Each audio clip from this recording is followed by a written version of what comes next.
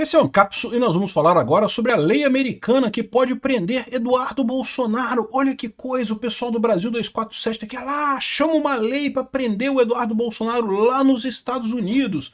A Foreign Agents Registration Act, uma lei americana que proíbe pessoas de outros países de fazer lobby nos Estados Unidos sem registrar um determinado registro de coisa lá. Aqui. Quem é que teria que ir atrás dessa lei? A Pam Bondi, né, que é a secretária de Justiça lá dos Estados Unidos, a chefe do DOJ, indicada pelo Trump, e que lógico que não vai fazer isso, né? Isso daqui mostra uma coisa muito curiosa. O desespero da esquerda. Eles viram que entraram num caminho sem saída. Não tem como sair dessa história, né? Aí você começa a ver esses jornalistas mais à esquerda, esse pessoal mais à esquerda, percebendo que, caramba, né, fudeu, né, ferrou, né, o que nós vamos falar agora, né? Aqui, ó, tem outro caso aqui da Raquel Landinha, que não, porque penas dos réus da trama golpista serão duríssimas depois que Eduardo Bolsonaro atiçou o Trump, agora vai ser muito pior e não sei o que ela...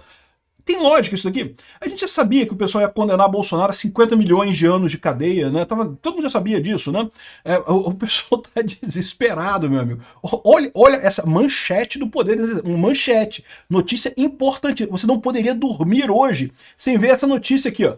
Alexandre de Moraes faz musculação no Pinheiros nesse domingo. Não, porque caramba, tem que falar que olha só, Alexandre de Moraes ali com o seu calcinha apertadinha, tochada no cu, tá fazendo algum exercício lá no Pinheiros. Acho que tá fazendo errado, hein? Mas não sei, eu não sou professor de educação física, então você não poderia terminar o seu domingo sem saber que o Alexandre de Moraes malhou hoje.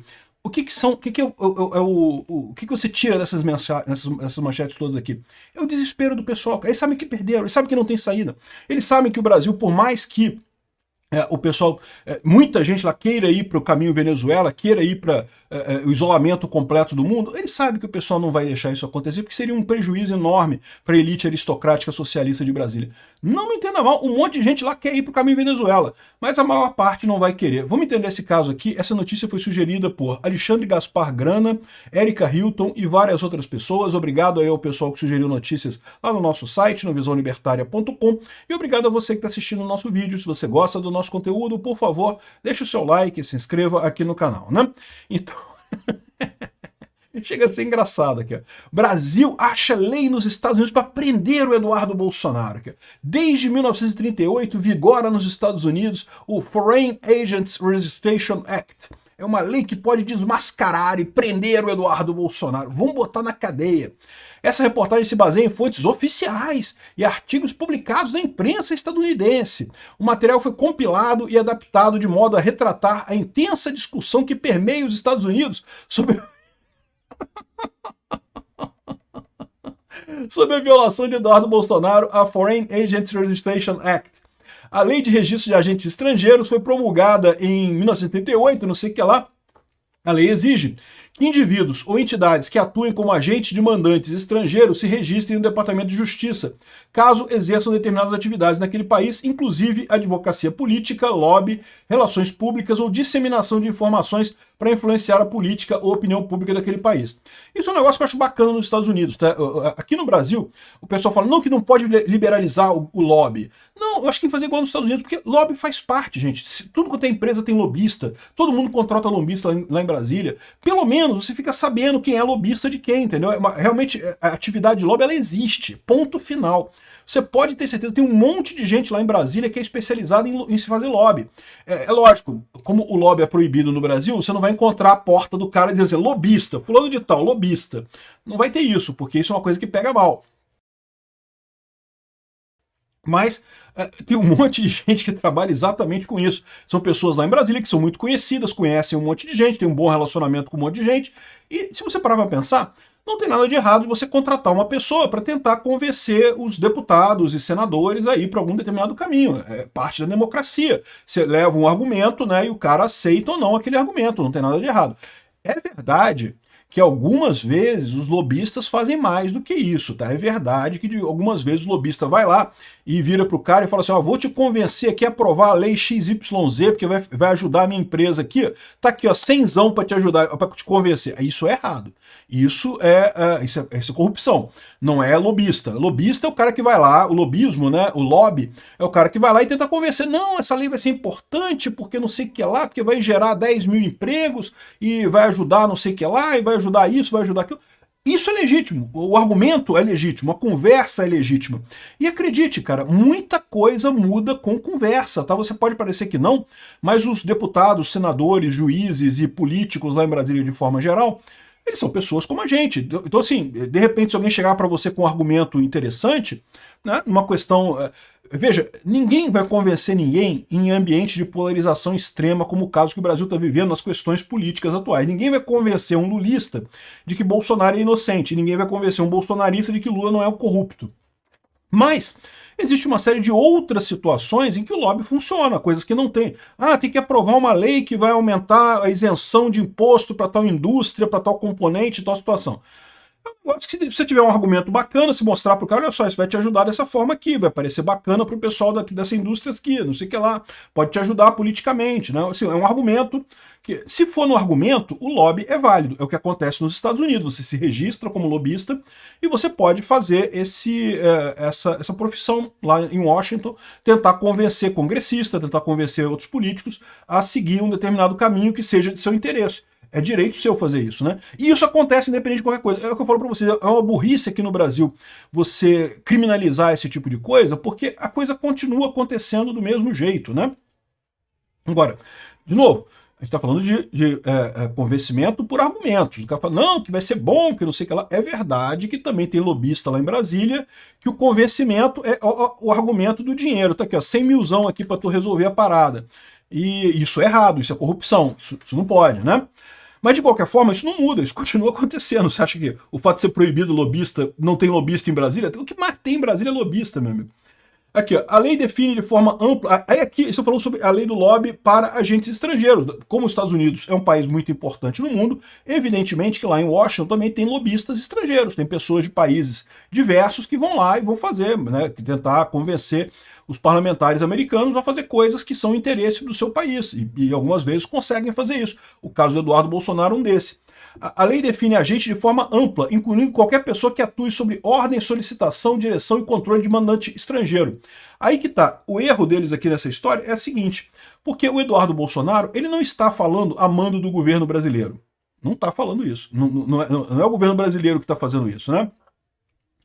Violações a essa lei podem levar a penalidades civis, multa de não sei o que lá por violação, acusações criminais por descumprimento intencional e coisa e tal. A aplicação é discricionária e muitas vezes depende da avaliação da Divisão de Segurança do Departamento de Justiça. Então pronto, matou a parada. Não vai acontecer em momento algum. No caso de Eduardo Bolsonaro, sonha o petista aqui que as ações podem ser qualificadas como atividade de agente estrangeiro não registrado sobre o FARA. Não, não podem, porque o Eduardo Bolsonaro não está fazendo lobby por um país, ele está fazendo lobby por uma pessoa, está pedindo ajuda para o pai dele, né? Aqui, ó, se o DOGE concluir que a atuação configura atividade política relacionada ao Brasil, de novo, não é política relacionada ao Brasil, né? Não tem nada a ver com o Brasil, é de uma pessoa. Pode render a mencionada multa e coisa. Obviamente, o DOGE não está... Ele já entrega que não vai acontecer, pô. Aqui, ó.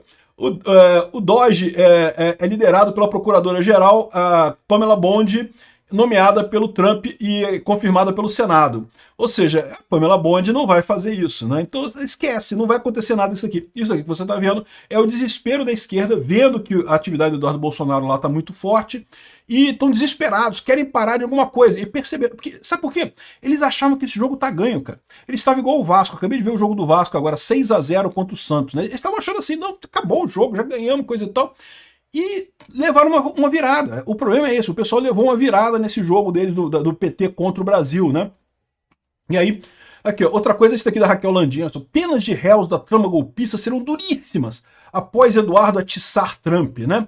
Aqui, ó. Caso de grande repercussão nacional tem um componente político. Caramba, como assim componente político? Esse processo contra o Bolsonaro é todo político, não tem nenhum componente judicial nesse processo, não tem nada de direito nesse processo, né? A diferença é que agora o clima é muito forte e a estratégia adotada pela família Bolsonaro de atiçar o governo Trump contra o Brasil promete se voltar contra réus e colaborar para penas duríssimas a todos os envolvidos. Eu tenho certeza que é isso que a esquerda espera. A esquerda tá puta da vida. Achava que tinha ganho o jogo, achava que ganhamos. O Bolsonaro vai ser condenado, acabou o Bolsonaro, não sei o que lá, ganhamos. E viu que não... Já perderam, na verdade já perderam, tá? Por quê? Porque é o que eu falo pra vocês, a expectativa desse pessoal é que a condenação de Bolsonaro destruísse Bolsonaro, que ficasse marcado, não, o cara tentou um golpe, golpista, acabou Bolsonaro, não vai ter mais Bolsonaro no Brasil nunca mais, porque é convencer a opinião pública de que Bolsonaro é um golpista. Só que agora não vai, meu amigo, até porque essa ação do Trump já deixou claro que o Alexandre de Moraes está errado. Então pronto, qualquer coisa que resulte desse processo, pode ser que prendam o Bolsonaro no final desse processo? É lógico que pode ser que prendam. Infelizmente, não seria justo isso. Mas jamais vai ser um processo que eles vão conseguir vender como um processo isento, um processo que ninguém questiona. Tá vendo? Não pode mais falar que Bolsonaro não é golpista. Ele é golpista, foi condenado pelo STF. Aqui, ó. Criminalistas de esquerda experientes ouvidos pela coluna duvidam que escape alguém. Vai todo mundo preso. Não, tudo. Meu amigo, a gente já sabia que ia acontecer isso. Você acha que tinha alguma chance do Supremo não condenar Bolsonaro a 256 milhões de anos de cadeia? A gente sabe que vai ser uma pena enorme, todo mundo vai ser condenado. Por quê? Porque isso não é um processo judicial. Não tem nada de direito nisso aí. O direito passou longe dessa história aqui. O que está acontecendo aqui é um processo puramente político, né? Eduardo Bolsonaro apostou tudo ou nada. Eles duplicam a aposta e o Supremo triplica. As penas serão enormes. Não acredito na absolvição de ninguém, disse um advogado envolvido com o caso sobre compromisso de anonimato, né? Ou seja, estão dizendo que não, porque eu acho que o Alexandre de Moraes vai dar penas enormes para todo mundo. A questão é, o pessoal da primeira turma vai estar disposto a entrar na Magnitsky por conta disso? Pode ser que sim, pode ser que entre. Não estou dizendo que não. Mas o fato é que esse pessoal está desesperado com essa história aqui, né? Porque perder eles já perderam. Nunca que esse processo vai chegar ao final e vai chegar à conclusão que eles esperavam de que acabou, não, Bolsonaro não pode, coisa e tal, é golpista e acabou. Nunca vai chegar a essa conclusão. Podem condenar, mas a opinião pública vai estar dividida para sempre, né? E outro exemplo de absurdo desespero da imprensa esquerdista, né? Por que se porta com o Alexandre de Moraes fazendo musculação no domingo? É o pessoal querendo dizer, não, que o Alexandre de Moraes tá normal, ele não tá sentindo nada, ele continua lá fazendo a musculação dele no domingo e coisa e tal, né? E aí fala que ele teve um problema no joelho e submeteu-se a uma cirurgia e não sei o que lá e coisa e tal. Quem se importa com isso, cara?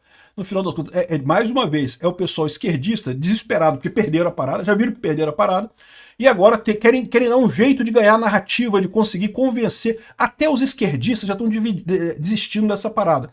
Então eles estão tentando convencer esses esquerdistas. Não, continua aí, esquerdista. Continua criticando o Bolsonaro. Continua elogiando o Alexandre de Moraes. Olha só, ele tá malhando. Aqui, olha só, como se não houvesse ninguém. Como se não houvesse problema nenhum. Tá vendo? Né? Com a sunguinha tochada no cu mesmo e malhando ali no Pinheiros, lá no Clube Pinheiros e coisa e tal. Clube Pinheiros, pra quem não sabe, é um lugar rico pra caralho, tá? É um clube rico pra cacete lá. É caro pra caramba fazer parte desse clube, né? Mas sabe como é que é? Sabe como é que é, né? O escritório permite, né?